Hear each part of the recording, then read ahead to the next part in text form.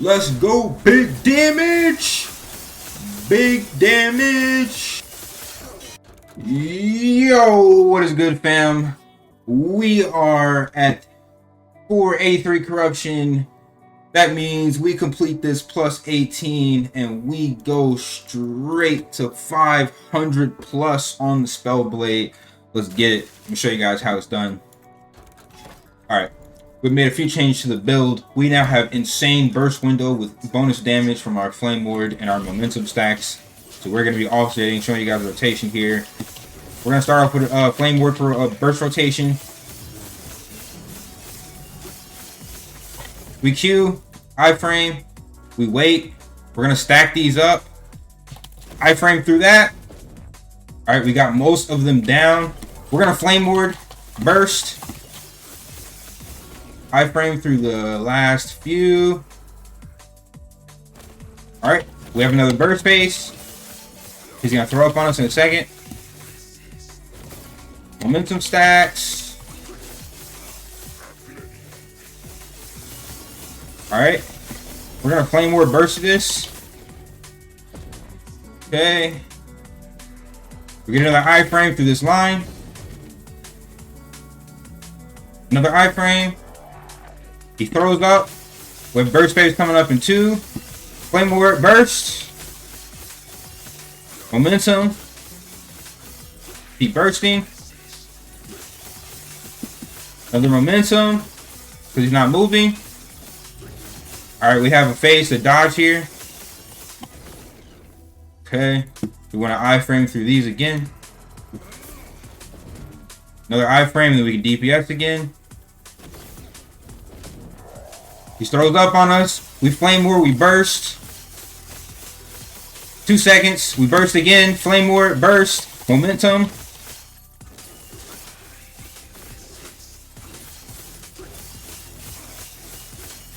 He's going to do big AoE phase in a second. We're going to save our burst. Alright. We need a Void Surge through these lines. We're going to Flame Ward just in case we get hit there. Another Surge. Alright, we lost a little bit of burst DPS. We have one window here with our Flame Ward. Get 35%.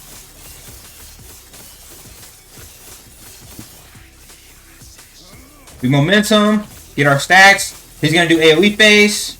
We need one more burst phase. Momentum.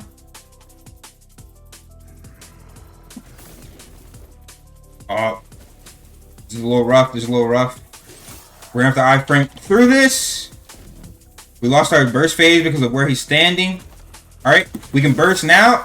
We go behind him. Oh no. Iframe through that. Now we kill him. And that is how it's done, boys. That's how you reach 500 on Spellblade. Alright, fam. So as you saw, we just hit 500. So I'm going to go ahead and show you guys how this build maps in 500 plus corruption. We are going closer and closer towards 1K.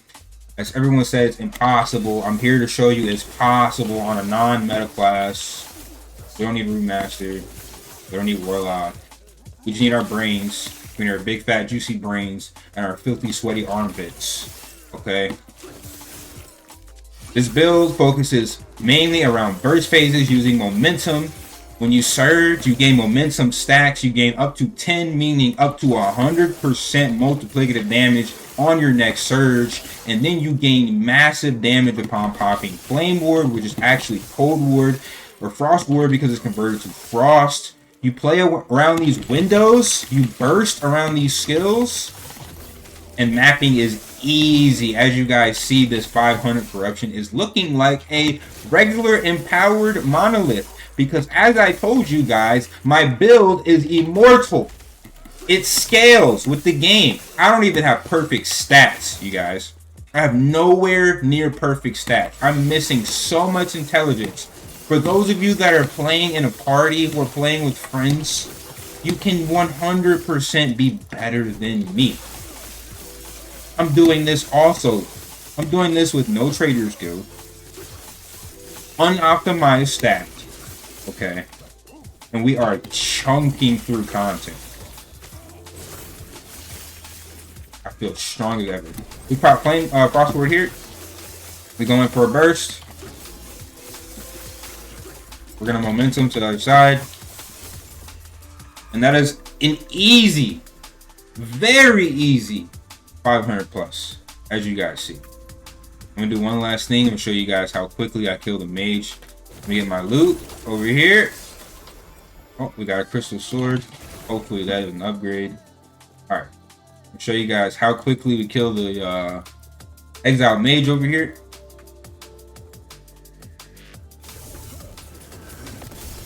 First phase with Frostward. Get behind him.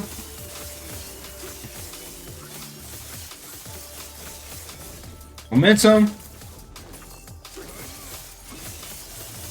And we burst. Look at all those uniques. Let's go, dude. Alright, guys. I've shown you enough. Thanks for watching.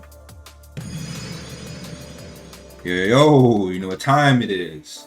It's time for me to show you the changes to the build, as I will always iterate, create, iterate, change, update, and give you guys the best of the sauce. I'll go ahead and hop into it. Like I said, mainly what has changed with my current build: a few pieces of gear.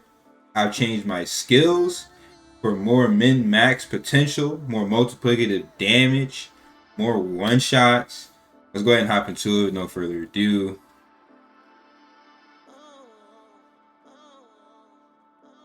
Alright. Let's go ahead and start with the skills. Still the same, you guys.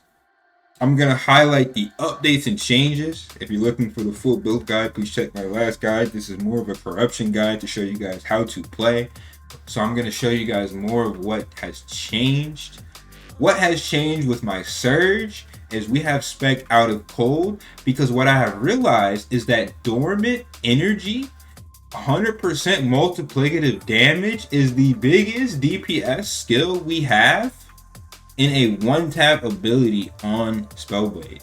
So by utilizing these 5 dormant stacks, we get 100% multiplicative damage, and we are now also casting a Flame Reave, which is likely around another 20k damage. So you're adding 20k with Flame Reave on top of multiplicative damage on top of multiplicative damage. Everything is being converted to fire, which is fine. It's not our main DPS stat. We do have more cold damage. However, I will tell you that Flame Reave still does more damage than Cold Front, because Cold Front scales off spell damage and Flame Reave scales off fire and melee damage. So even though we're expecting the cold, I still do more damage, more multiplicative damage going up here for Surge, allowing me to do massive damage and iframe through mechanics, as you guys saw. What's changed with my enchant weapon? I've reallocated a few points. Nothing major, just Frostband, Celerity, because we're at 22. Nothing major. Major changes with Flame Ward. It is now Frost Ward, giving us 250% additive damage. This is not fire damage. It is converted to cold, because when we convert fire to cold with Frost Ward, we now gain 250% cold damage. Massive damage boost, and you are seriously missing out on a massive amount of DPS on your Spellblade if you do not go into this part of the tree. However, if you don't have these extra points, up to 26 points that I do, then you may not be able to get here. This is why Weaver's Will, Knowledge of the Erased Mage, is best in slot, unless, and I've tested this for you guys, unless you can potentially get a +4 Flame Ward and +8 Int on a Grimoire of Necrotic Elixir. This is the only other legendary relic that can compare to Knowledge of the Erased, because of the +4 to Flame Ward and the other massive stats that you get for your skill. Okay, now for Shatter Strike, because we are not spec so heavily into cold and freeze on Surge, we have changed something with Shatter Strike. We are going more into mana efficiency for sustain. We have dropped a few points out of critical multiplier. 2 points in a critical multiplier, whereas we were 2 points in a glacial smash. We went from right to left, so we're now on the left side of the tree again because we want more penetration and more area with our Shatter Strike, because Shatter Strike is not really our main DPS skill. It is our main sustained damage skill. However, our highest hitting skill, our highest burst damage skill is Surge. However, our more consistent damage skill is Shatter Strike. So, because we're doing more consistent damage, we actually need more utility with Shiver. We don't really need so much to rely on the freeze. We just need more consistent damage and burst with Surge. And that is how this build plays. We play largely around the rotation of Flame Ward, Shatter Strike into Surge, or Surge max momentum strikes into Flame Ward Shatter Strike. And then we are going into max damage, max multiplicative damage, max multiplicative area with max Ice Blink, only 2 points in the lingering. If I had more points in the Shatter Strike, which I do plan to try and get on my chest piece, when I roll that, I will go further into Cold Steel and further into Icy Flow, as I believe Icy Flow is actually more best in slot than Lingering Chill because of the mana efficiency. The more mana efficiency you have, the more DPS you can do, because the less mana strikes you have to press. For our mana strikes, there hasn't been major changes, so we're not going to go over that. What I'm going to go over are the changes to my passives. I have spec'd into Frozen Steel. I've spec'd out of Shattered Ages completely. We have went into Prismatic Blade. Only 9 points into Volca's Razor. Because we have moved the rest of our points into Calculated Destruction, because Intelligence is the best scaling stat for this build. Intelligence and Health are the most important stats for this build, because that is going to not only increase your damage with Intelligence, but your Intelligence is going to increase your ward, okay? And your Health is also going to increase your ward, and this is a ward tank build, so that's the most important. And then we have just standard crit here, okay? Just, again, quickly highlighting the changes for you guys. Now, again, Knowledge of the Erased Mage, best in slot. Last Steps of the Living, I would want Intelligence here instead of Dex. However, 2 LP boots, not bad. 2 LP Extinguish with plus 17 Intelligence and Necrotic Res. You can see our Necrotic Res here is at 170%, giving us more ward per second because of our Bone Clamor Barboot, which gives us Dex and Int, 2 main stats again. And I'm using Intelligence, or I want Intelligence here, but I'm half health. If I can get a 2 stat, I would definitely put Intelligence and Health here. Okay, another change for you guys. My Crystal Sword now has Frailty, which is so important, you guys. Implying Frailty is a standard 6% damage reduction, because when you have 100% chance to apply Frailty, it becomes a flat 6% damage reduction on anything that you have attacked. Then you have cold damage, melee crit strike, increased stun chance. If I had another stat on this, first I would max out melee crit strike chance, but if I had another stat that I could put on this, it would likely be stun chance and or bleed chance. However, the increased stun chance and melee attacks is very good because it pairs very well with my increased stun chance here and chance to shock here, chance to bleed, melee hit, melee crit. Okay, alright. I would want Intelligence on this ring, however, it's still crit. I did change out my gloves. I now have... So one thing I want to tell you guys, I did get a 2 LP version of the Frostbite Shackles. The Crusader Gauntlets are still better. They are still better, you guys, because of the Intelligence, because of the current health lost and current ward gain. The ward retention and freeze rate multiplier on Frostbite Shackles are amazing. If you can get Frostbite Shackles with Intelligence, amazing. However, the ward gained from Crusader Gauntlets, along with the armor and the resistance, the void resistance, allows me to get more HP, which allows me to get more ward.